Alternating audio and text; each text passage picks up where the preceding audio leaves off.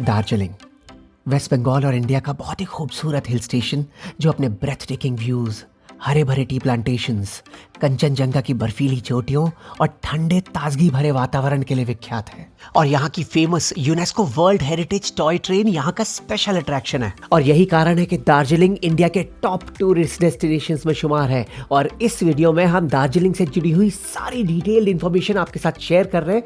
कैसे पहुंचे Darjeeling, heritage toy train के details, timings, ticket rates, stay के बेस्ट एरियाज, जाने का बेस्ट टाइम, साइट सीइंग के लिए टैक्सी, बाइक रेंट, सारी साइट सीइंग जगहों के डिटेल्स, दार्जिलिंग रोपवे के टाइमिंग्स, टिकट रेट्स, फूड और कैफेज की जानकारी, कम से कम कितने दिन का ट्रिप होना चाहिए, आइटिनरी और अप्रॉक्सीमेट बजट। तो दोस्तों, अगर आप भी दार्जिलिंग का ट्रिप प्लान कर रहे हैं तो ये वीडियो आपके लिए गाइड का काम कर सकता है। तो इसे पूरा देखें, फिर भी कोई सवाल हो तो कमेंट में हमसे पूछ सकते हैं। वीडियो को लाइक जरूर करें और ऐसे इन्फॉर्मेटिव वीडियोस के लिए चैनल को सब्सक्राइब कर लें। Hello and welcome to my channel happy life Rajeev. और आइए दोस्तों, चलते हैं क्वीन ऑफ हिल्स दार्जिलिंग के ट्रिप पे। ये सी लेवल से अराउंड 6700 फीट की ऊंचाई पर स्थित है, जिसके बॉर्डर्स नेपाल, भूटान, सिक्किम और बिहार के साथ लगते हैं। दार्जिलिंग का नाम दो तिब्बती शब्दों से लिया गया है, दोर्जे और लिंग, जिसका अर्थ है वज्र का स्थान। दार्जिलिंग कैसे पहुंच सकते हैं? दिल्ली से दार्जिलिंग की दूरी 1520, गुवाहाटी से 500 और कोलकाता से अराउंड 650 किलोमीटर है। इसके नियरेस्ट बड़े रेलवे स्टेशन है न्यू जलपाईगुड़ी एनजेपी अराउंड 73 और Siliguri around 63 kilometres. New Jalpaiguri से दार्जिलिंग के लिए अराउंड 3.25 घंटे लगते हैं। आप दार्जिलिंग के लिए कैब हायर कर सकते हैं, जिसके चार्जेस होते हैं अराउंड 2800 से 3000, या फिर शेयर्ड कैब अराउंड 500 रुपए पर हेड। और तीसरा सबसे सस्ता तरीका है बाय बस। आप एनजेपी रेलवे स्टेशन से सिलीगुड़ी बस स्टैंड, जिसे तेंजिंग नोर्गे बस टर्मिनस कहा जाता है, वहां पहुंच जाएं, जो 6 किलोमीटर है। और वहां से बस लेके 125-150 रुपए के टिकट में दार्जिलिंग पहुंच जाइए। वैसे इसके अलावा आप न्यू जलपाईगुड़ी रेलवे स्टेशन से दार्जिलिंग के लिए हेरिटेज टॉय ट्रेन भी ले सकते हैं। ट्रेन नंबर है 52541। सुबह 10 बजे निकलती है दार्जिलिंग के लिए, अराउंड 7.5 घंटे लेती है और टिकट प्राइस है 1500 रुपए। 88 किलोमीटर्स की इस ट्रेन जर्नी में टाइम थोड़ा ज़्यादा ज़रूर लगता है, लेकिन ये इंडिया की सबसे खूबसूरत ट्रेन जर्नीज में से एक है। वैसे अगर आपको हेरिटेज टॉय ट्रेन को ही एक्सपीरियंस करना है तो आप सीधे दार्जिलिंग पहुंचे और वहां पे हेरिटेज टॉय ट्रेन की जो एक जॉय राइड होती है 2 घंटे की, उसे एंजॉय करें। इसमें आपका टाइम भी बचेगा। बाय रोड आप दार्जिलिंग अपनी गाड़ी से, कैब से या बस से पहुंच सकते हैं। और बाय एयर नियरेस्ट एयरपोर्ट है बागडोगरा, जहां आप लैंड हो सकते हैं। वहां से दार्जिलिंग अराउंड 70 किलोमीटर है, जिसके 3-3.5 घंटे लगते हैं। पर्सनल कैब में अराउंड 3500 रुपए, शेयर्ड कैब अराउंड 500 से 800 रुपए। और जी सबसे इकोनॉमिकल तरीका है बाय बस। आप बागडोगरा एयरपोर्ट से सिलीगुड़ी बस स्टैंड आ जाए, जो अराउंड 14 किलोमीटर है, और वहां से अराउंड 125-150 रुपए के टिकट में बस से दार्जिलिंग। दार्जिलिंग में स्टे के लिए कौन सा एरिया बढ़िया रहेगा? दोस्तों, वैसे तो आप पूरे दार्जिलिंग में कहीं पे भी स्टे कर सकते हैं, लेकिन आइडियली गांधी चौक, रेलवे स्टेशन, बस स्टैंड या मॉल रोड के पास होटल लेना काफी कन्वीनियंट होता है, क्योंकि मार्केट्स, शॉप्स, रेस्टोरेंट्स, चहल पहल, साइट सीइंग की कुछ जगह, बस स्टैंड वगैरह वॉकिंग डिस्टेंस पर ही है। अच्छा, बजट होटल्स अराउंड 1000-1200 से स्टार्टिंग 2-2500 में डिसेंट होटल्स मिल जाते हैं। और दार्जिलिंग में हॉस्टल्स भी हैं, जिनका स्टे 500-600 रुपए पर हेड कॉस्ट करेगा। और अगर आप कैंपिंग करना चाहते हैं तो दार्जिलिंग के थोड़ा आउटस्कर्ट्स में नेचर के बीच में कैंपिंग बढ़िया रहेगा। दार्जिलिंग में साइट सीइंग कैसे कर सकते हैं? जो आसपास की जगह है उन्हें तो आप वॉक करके ही कवर कर लेंगे। बाकी की साइट सीइंग के लिए टैक्सी या स्कूटी हायर कर लें। स्कूटी आपको मॉल रोड, स्टेशन या बस स्टैंड के पास मिल जाती है अराउंड 700 से 1000 रुपए पर डे में।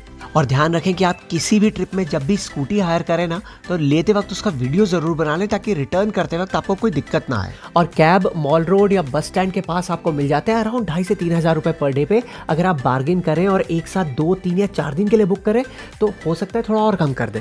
आइए अब शुरुआत करते हैं दार्जिलिंग में साइट सीइंग की। सबसे पहले दार्जिलिंग की famous UNESCO world heritage toy train है, जो DHR दार्जिलिंग हिमालयन रेलवे के नाम से जानी जाती है।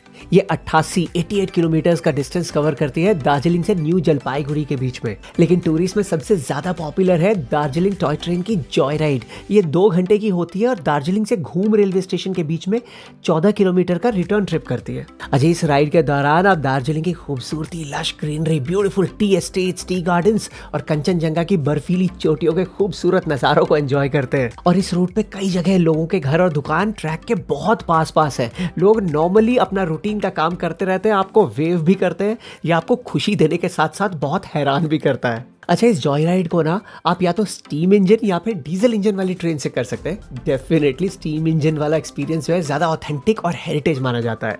इन ट्रेन्स में नॉर्मल कोच होते हैं, फर्स्ट क्लास, और अब एक विस्टाडोम कोच भी ऐड किया गया है। और याद रहे कि इन टॉय ट्रेन्स में टॉयलेट नहीं होता है और खाना पीना भी सर्व नहीं किया जाता, तो अपने साथ आप कैरी कर सकते हैं। और टिकट रेट्स डीजल इंजन 1000 रुपए, स्टीम इंजन 1500 रुपए। ये रिटर्न ट्रिप के लिए बुक होते हैं, वन वे के लिए नहीं। और इस जॉय राइड के दौरान ही ये पहुंचती है बतासिया लूप, जो बहुत पॉपुलर टूरिस्ट अट्रैक्शन है दार्जिलिंग का। यहाँ सुंदर गार्डन के बीच में एक वॉर मेमोरियल है जो इंडियन आर्मी के गोरखा सोल्जर्स को डेडिकेटेड है। यहाँ पे 10 मिनट के लिए टॉय ट्रेन रुकती है और यहाँ आप इंजीनियरिंग का बेमिसाल नमूना एक्सपीरियंस करते हैं, जहाँ ट्रेन पूरे सर्कल में घूम के अराउंड 1000 फीट चढ़ या उतर जाती है। और जी इस दौरान आपको 360 डिग्री दार्जिलिंग की खूबसूरती के नज़ारे देखने को मिलते हैं। यहाँ पे आप ट्रेन से उतर के बहुत सारी फोटोज क्लिक करते हैं, वीडियोस, रील्स बनाते हैं। बतासिया लूप का एंट्री टिकट है 20 रुपए और टाइमिंग सुबह 6 से शाम 5 बजे। अच्छा, इन बतासिया लूप को आप इस टॉय ट्रेन के अलावा अपनी बाइक या टैक्सी से भी विजिट कर सकते हैं। दोस्तों उसके बाद ट्रेन आगे बढ़ती है और पहुंचती है घूम रेलवे स्टेशन। ये 7407 फीट की ऊंचाई पर इंडिया का हाईएस्ट और वर्ल्ड का हाईएस्ट हेरिटेज रेलवे स्टेशन है। यहाँ पे अराउंड 30 मिनट के लिए ट्रेन रुकती है और यहीं पे है DHR, दार्जिलिंग हिमालयन रेलवे का म्यूजियम भी, जिसका एंट्री टिकट आपके ट्रेन के टिकट में ही इंक्लूडेड होता है। इस म्यूजियम की विजिट बहुत ही इंटरेस्टिंग होती है। और दोस्तों यहाँ पे इस टॉय ट्रेन का सबसे पुराना इंजन भी डिस्प्लेड है, जिसका नाम है बेबी सिवॉक। दार्जिलिंग से पहली ट्रेन 9:30 बजे निकलती है, 11:25 तक वापस, और लास्ट ट्रेन 4:30 चल के 6:30 तक वापस आ जाती है। इसके बाद आप विजिट करें रॉक गार्डन, जो दार्जिलिंग से अराउंड 8 किलोमीटर दूर है। और यहाँ तक पहुँचने का रूट भी बड़ा प्यारा है, कुछ जगह पे नैरो है और रॉक्स और चट्टान को काट के बनाए जाने के कारण इसका इनाम पड़ा है। यहाँ पे आप प्यारे प्यारे फूलों, प्लांट्स के साथ वक्त गुजारते हैं, ट्रेडिशनल ड्रेसेस में फोटोग्राफी करते हैं। और यहाँ पे ना एक बड़ा ही प्यारा वाटरफॉल भी है, जो इस जगह को और भी स्पेशल बना देता है।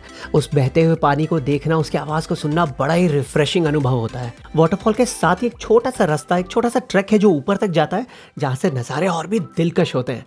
रॉक गार्डन की टाइमिंग से सुबह 8 से शाम 6 बजे तक और एंट्री टिकट है 20 रुपए। फिर रॉक गार्डन के पास ही आता है गंगा मैया पार्क, जो अराउंड 2 किलोमीटर है यहाँ से। रॉक गार्डन जैसा ही बहुत ही प्यारा पार्क है, कई सारे फूल हैं, प्लांट्स हैं, और इसका स्पेशल अट्रैक्शन है एक लेक जिसमें आप बोटिंग कर सकते हैं। ये बड़ा ही मज़ेदार एक्सपीरियंस होता है। अच्छा, 15 मिनट बोटिंग के चार्जेस होते हैं 50 रुपए। इसके बाद आप आगे बढ़ते हैं दार्जिलिंग, जिसके लिए फेमस है द टी गार्डन्स। दार्जिलिंग की चाय दुनिया की सबसे अच्छी चाय में से एक मानी जाती है और यहाँ की चाय और चाय की पत्तियाँ दुनिया भर में एक्सपोर्ट भी होती हैं। यहाँ पे कई सारे टी गार्डन्स हैं, लेकिन सबसे ज़्यादा पॉपुलर है हैप्पी वैली टी एस्टेट और ऑरेंज वैली टी एस्टेट्स। और orange valley tea estate rock garden के रूट पे ही पड़ता है। और यकीन मानिए दोस्तों, चाय के बागानों में चारों तरफ हरी भरी पत्तियों के बीच में वॉक करना जितना आंखों को सुकून देता है, उतना ही ताजगी भरा अनुभव होता है। आप यहाँ ढेर सारी फोटोग्राफी करते हैं, अलग अलग प्रकार की चाय की जानकारी कलेक्ट करते हैं, उसकी टेस्टिंग करते हैं, सैम्पलिंग करते हैं और मनपसंद चाय को खरीद के भी ले जा सकते हैं। उसके बाद आप वापस रुक करते हैं दार्जिलिंग का। शाम के वक्त आप टाइम स्पेंड करते हैं स्टेशन के पास, सेल्फी पॉइंट्स हैं, क्लॉक टावर है, फिर पॉपुलर मार्केट एरियाज जैसे Gandhi road, mall road, Ladenla road, Robertson road को आप एक्सप्लोर करते हैं और इनमें पड़ने वाले शॉपिंग सेंटर्स, पॉपुलर ईटरीज और कैफेज को आप विजिट करते हैं। दार्जिलिंग की मॉल रोड बहुत ही हैपनिंग एरिया, बहुत रौनक रहती है यहाँ पे। यहाँ पे आप खुल के शॉपिंग कर सकते हैं। स्ट्रीट फूड के बहुत सारे ऑप्शंस हैं यहाँ पे, कई सारे रेस्टोरेंट्स हैं, कैफेज हैं, खाने पीने में तो मज़ा आ जाएगा आपको। और जी मॉल रोड पे वॉक करते करते ही आप पहुँच जाते हैं चौरस्ता। जी एक ओपन एरिया है, बड़ा ही ब्यूटीफुल, और आपको शिमला के रिज की याद दिलाने वाला है। यहाँ पे भी बहुत सारे कल्चरल इवेंट्स होते हैं और शाम को बच्चों के लिए कई सारी फन और रिक्रिएशनल एक्टिविटीज़ जैसे गेम्स, हॉर्स राइडिंग वगैरह भी होती हैं।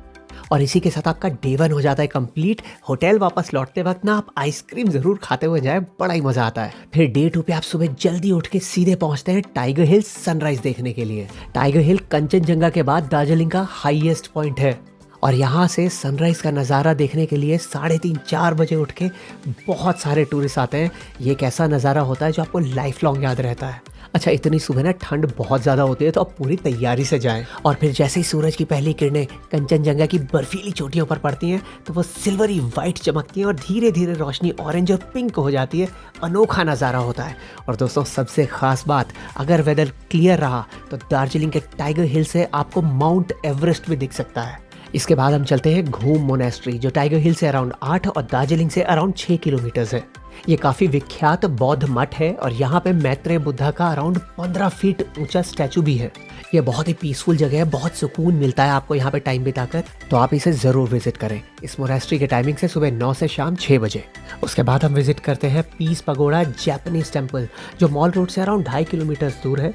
ये वैश्विक शांति का एक बहुत बड़ा प्रतीक है और भगवान बुद्ध को डेडिकेटेड है।